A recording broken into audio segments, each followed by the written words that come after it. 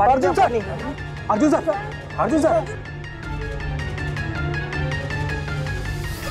त्यांना घेऊन जाऊ आपण.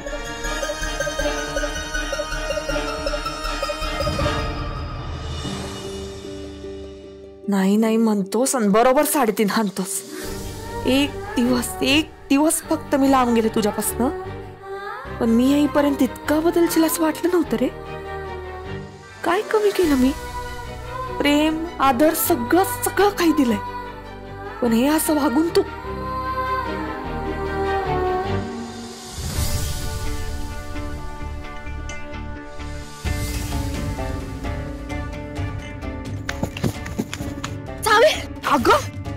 अगं कुठं कुठं शोधायचं तुला? अख्खा गाव उलथं पाडलं मी. का मला शोधायला काही खेळ चाललाय? जावे अगं ते अर्जुन दाजी. त्याचं तर नाव घेऊच नकोस तू. तुला पण तो सोडून काही विषय नाही का बोलायला? वाचेल त्या मनालीच्या खानावळीत मस्त स्पेशल ताटावर ताव मारत बसलास. जावे अगं काय बोलायला लागलीस? मी काय बोलते ते पूर्ण ऐकून तर घे ना. तू कोणत्या खानावळीत नाहीये, हॉस्पिटलमध्ये ऍडमिट आहे. ऍडमिट काय? हो, रस्त्याने जात होता तर चक्कर येऊन पडले.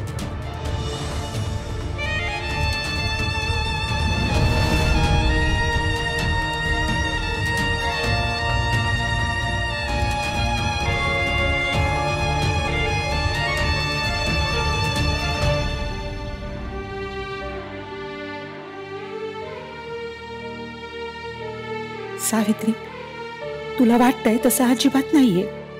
आमचं अर्जुनवरचं तुझ्यावरचं प्रेम अजिबात कमी झालेलं नाहीये. आमच्या मनात तुम्हा दोघांबद्दल अजिबात तिरस्कार नाहीये. पण बहुतेक मागच्या जन्मीच्या कुठल्या तरी पापाची शिक्षा म्हणून हे सगळं भोगावं लागतंय.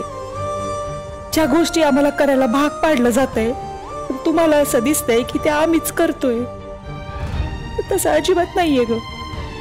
तुमच्या भल्यासाठीच आम्ही तुम्हाला जवळ करत नाही आहोत, नाही तर ते तुमच्या जीवावर बेते. कसं सांगू ग तुला? कृष्णाई, प्रिया, काय झालं?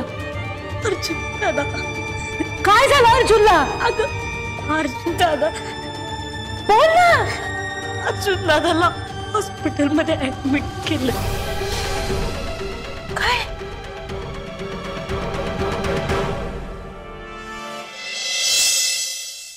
डॉक्टर मॅडम, डॉक्टर अर्जुन कुठे? एक मिनिट आहे बघा, तुम्ही आधी शांत व्हा. आहेत अर्जुन सर, आहेत रूम मध्ये आहेत. पण डॉक्टर काय झालंय त्याला? ते चक्कर येऊन बेशुद्ध पडलेत. आम्ही आत्ताच त्यांना एक सलाईन लावली. ऐका ना प्लीज, ते अजूनही शुद्धीवर नाही आलेत. डॉक्टर असं अचानक कसं काय झालं? तुम्ही काळजी करू नका. का झालं, कशामुळे झालं ते सांगू आम्ही, पण त्याआधी आम्हाला नीट उपचार करू द्या. तुम्ही प्लीज शांत व्हा, यांची काळजी घ्या. सावी बस इथं, येतो बस. काय नाही होणार आहे दाजीला, टेन्शन घेऊ नको सावे, होतील बरे दाजी. अर्जुन कवठेकर,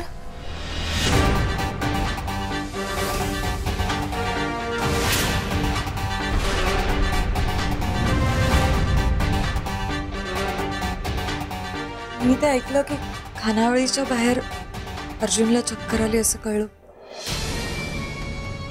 म्हणून आले लगेच. कसा आहे तो? बरे ते आहेत आत्ते, बेशुद्ध आहेत. डॉक्टर आहेत त्यांच्यापाशी.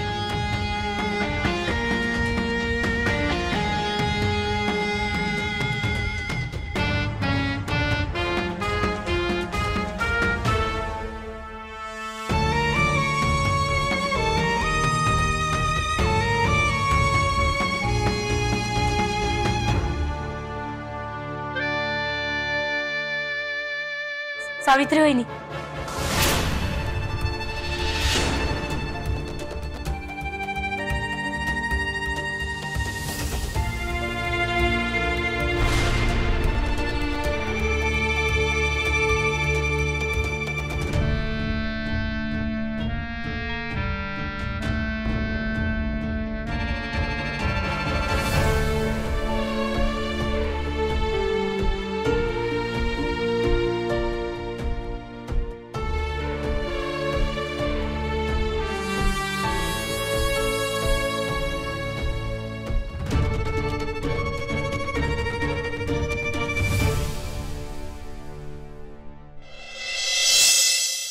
यांच्या हाती काहीतरी लागलंय, त्याशिवाय हे अशी वागायचे नाहीत.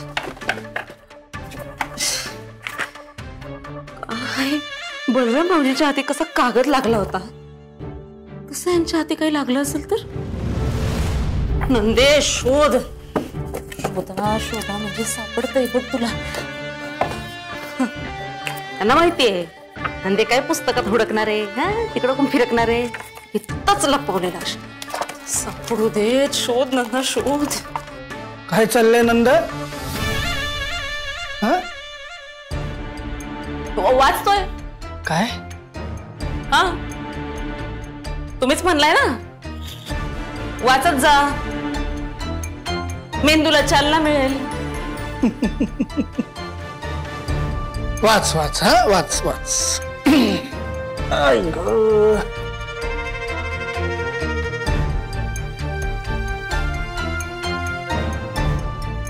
वाचायला पुस्तक शोधतेस का पुस्तकांमध्ये दडलेलं काही शोधतेस?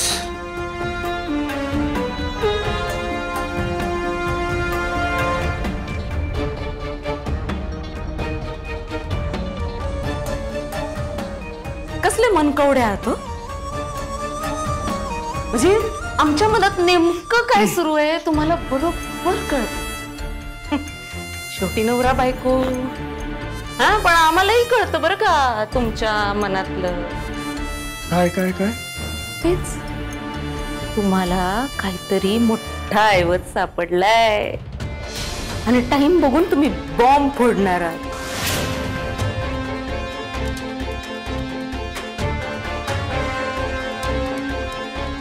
बरोबर ना? सांगा ना काय कळलं? अगं मला कशाला विचारते, मी एक दळभद्री अपंग माणूस आहे. माझ्याकडे कुठला आलाय बॉम्ब? बॉम्ब तर तुम्ही आहात. तुम्ही तिघे, तुमच्या तिघांचा ग्रुप आहे नाही का, तू बलराम मामा, सॉलिड टीम. अगं माझ्याकडे काय आहे? जा त्यांच्यात जा. असं काय करताय? मी त्यांच्यात असते ते आपल्यालाच खबर लागावी म्हणून.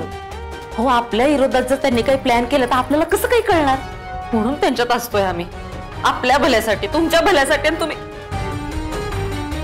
मगाशी बलराम भाऊजी तुम्हाला असं कचकन बोलले, आम्हाला टचकन डोळ्यात पाणी आलं. हो हा मग खोटं बोलतोय का आम्ही? नाही, डोळ्यातलं पाणी आमच्या बघण्यासाठी थांबला होतात का? तारा निघून गेलात तुम्ही. पटलं का मला तुझं? पटलंय ना?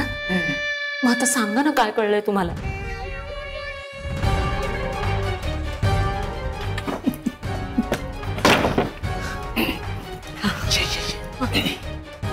मला हे कळलंय की त्यांना असं कळलं पाहिजे की मला काहीतरी महत्वाचं कळलंय.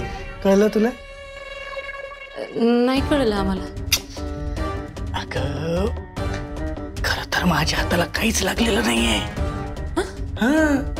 पण त्यांना असं वाटत राहिलं पाहिजे की विद्याधरच्या हाताला काहीतरी मोठं लागलंय, तरच माझं महत्व टिकेल ना.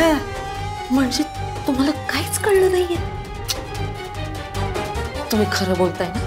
घेऊ शकतो? नाही घेतो. पटलंय आम्हाला.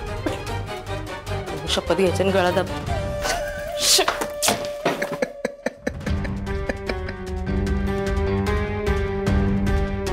तुला सांगतोय काय बायको नशिबात आली माझ्या. नंदा विद्याधरचा जोडा आणि फक्त घर फोडा.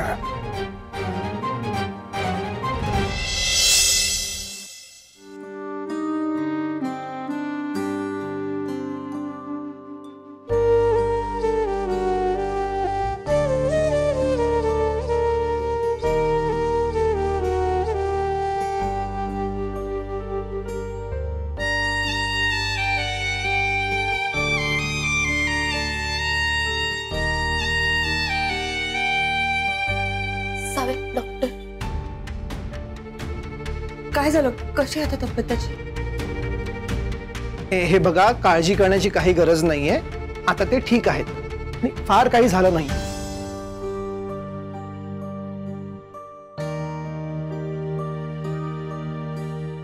मला एक सांगा की आज सकाळी त्यांनी काही खाल्लं होतं का?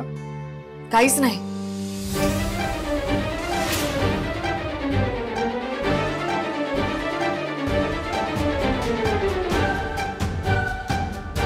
नाही, तो गडबडीतच बाहेर पडला. त्यामुळेच झालं हे. पोटात अन्न नाहीये, त्यामुळे अशक्तपणा आला आणि बाहेर ऊन जास्त असल्या कारणाने चक्कर आली. असो, टेन्शन घेऊ नका. आणखीन एक सलाईन लावली आहे आणि इंजेक्शन पण दिलं आणि काही गोळ्याही लिहून देतो. थोड्याच वेळात ते शुद्धीवर येतील. तोपर्यंत वाट बघा प्लीज.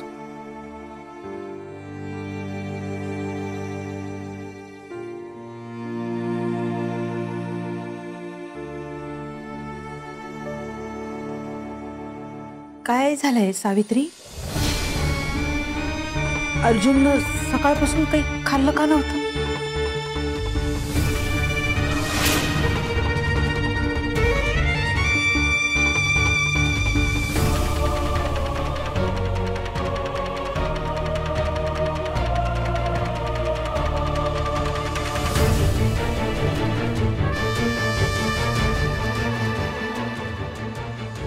सावित्री, आम्ही काहीतरी विचारलं.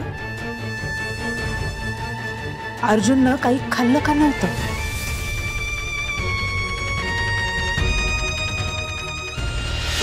सावित्री, कोण आहात तुम्ही?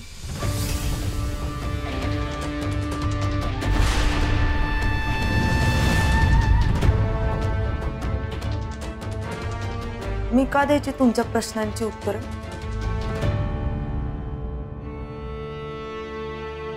तुम्हाला खरंच असं वाटतंय का हा प्रश्न विचारायचा तुम्हाला अधिकार आहे?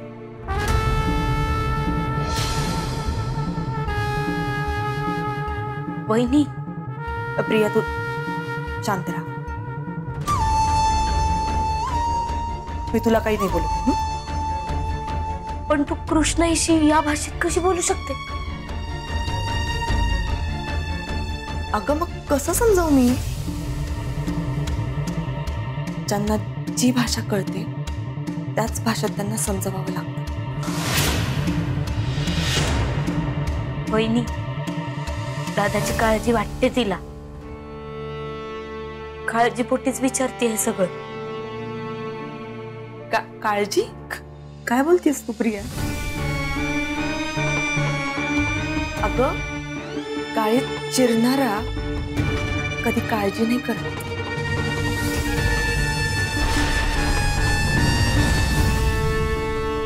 एवढीच जर काळजी होती ना यांना, तर अर्जुनचे कुस्तीत असे हाल होऊ दिले असते यांनी.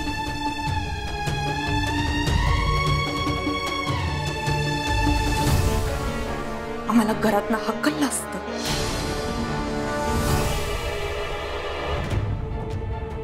नातं असं इतकं सहजासहजी तोडून टाकलं असतं, एवढी काळजी असती तर. आणि एवढं सगळं होऊन पण सांग ना, एक गोष्ट सांग, त्यांनी चांगल्या मनानं केलेली.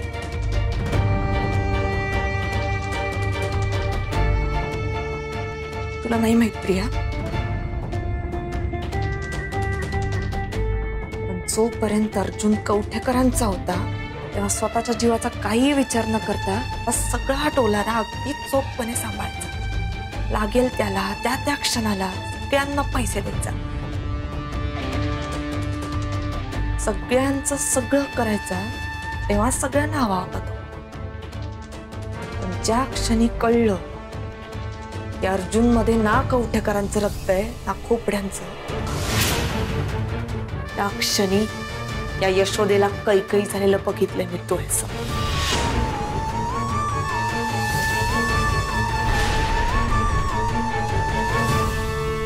फेकून दिलं माझ्या नवऱ्याला उकिरड्या.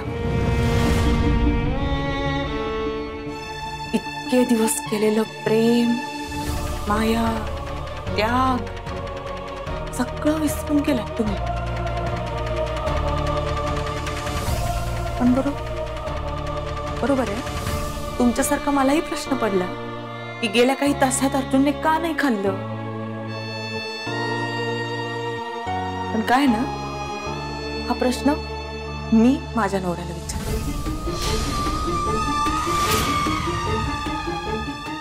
तुम्ही कोणी इथे थांबायची गरज नाही.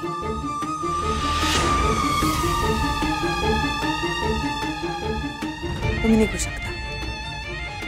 वहिनी तू कुणाशी आणि काय बोलतेस तुला कळतंय का? भानावर ये वहिनी. तू माझ्या आईशी असं नाही बोलू शकत. मी तेच सांगते प्रिया की तुझी आई आहे. आणि आज जो ऍडमिट आहे ना तो माझा नवरा आहे, ज्याचा या बाईशी काही संबंध नाहीये.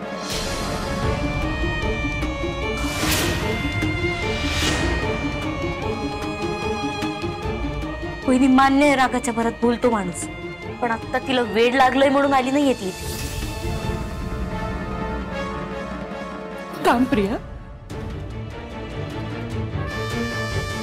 तू सांगितलंस म्हणून आपण इथं आलो. आपल्याला जे कळायचं होतं ते डॉक्टरांकडून कळलंय.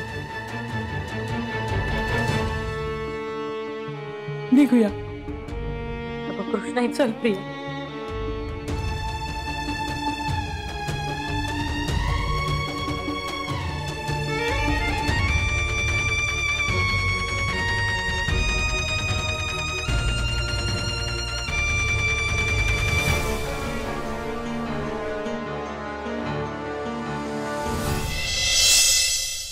नाही नाही नाही नाही नाही काही काही काळजी करू नका आणि वाईट तर अजिबात वाटून घेऊ नका.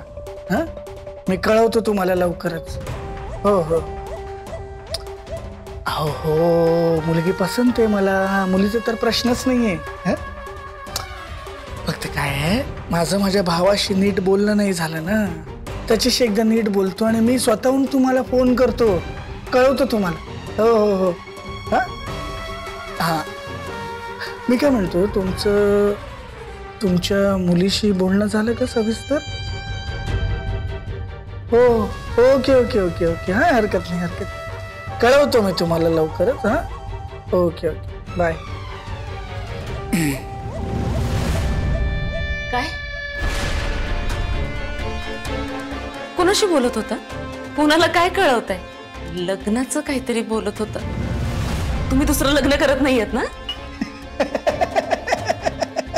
हसताय कशाला? एकदा खड्ड्यात पडून झाल्या पुन्हा कोण पडेल? नको बाबा.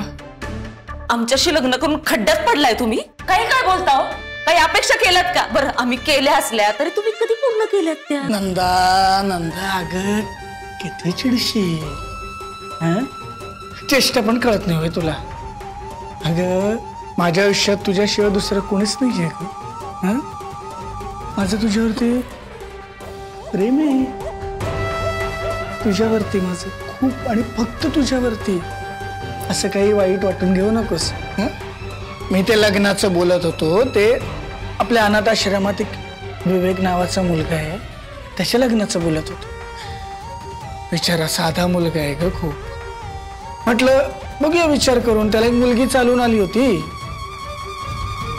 आणि एखाद्याचं चांगलं होत असेल तर मग काय प्रॉब्लेम आहे ना. असं त्याच्या लग्नाचं लईच मनावर घेतलंय का तुम्ही? काय नंदा, आपण पापच एवढे केले तर जेन्युअनली काही पुण्यकर्म करत राहिली पाहिजे. बिचारा साधा आहे म्हणलं ना मी. म्हटलं घेऊया आपण पुढाकार. अगदीच भावासारखं आहे का तुमच्या? नाही, ह्याच्या आधी कधी तुमच्या तोंडून त्याचं नाव ऐकलं नव्हतं. त्यासाठी एखादी चक्कर मारावी लागते अनाथाश्रमात. आपण कधी पाऊल तरी. काय, एक भाऊ आहे सख्खा, तो आयुष्यभर माझं वाईट चिंतत असतो. म्हटलं त्यापेक्षा विवेक बरा नाही का? चला येत.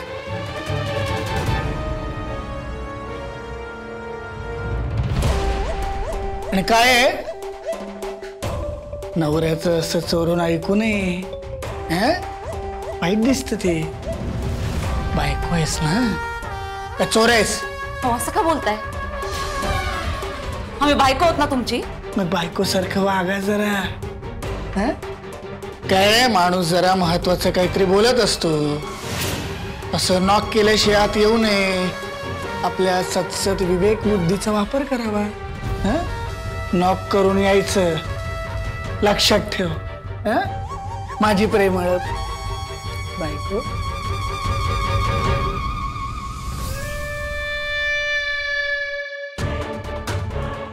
काही पण म्हण नंदा, यांचं वागणं ना दिवसेंदिवस काहीतरी विचित्र होत चाललं. किती नाही म्हणलं तरी कुठं तरी पाणी निघतंय.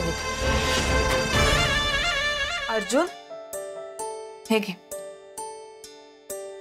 काय आहे? मला वाटतं याला जेवण म्हणतात. 2 घास खाऊन घे ना राजा. अरे ह्याच्यामुळेच तुला चक्कर आली आहे, न खाल्ल्यामुळे. असं चिडचिड करत बाहेर निघून जायचं, काय खायचं नाही, प्यायचं नाही, उपाशी राहायचं. आता गप उठ आणि खाऊन घे. हे घे. अर्जुन, काय करतोयस? कुठे चाललायस? अरे काय करतोयस तू? कुठे चाललायस? मला चक्कर आली आहे ना, बघेन माझं जेवेन. अर्जुन थांब, हे हॉस्पिटल आहे, तुझं घर नाहीये. वाटेल तेव्हा आलं, वाटेल तेव्हा गेलं. आणि इथे पेशंट आपल्या मनाने येतो, पण डॉक्टर सांगाल तेव्हाच जातो, कळलं ना?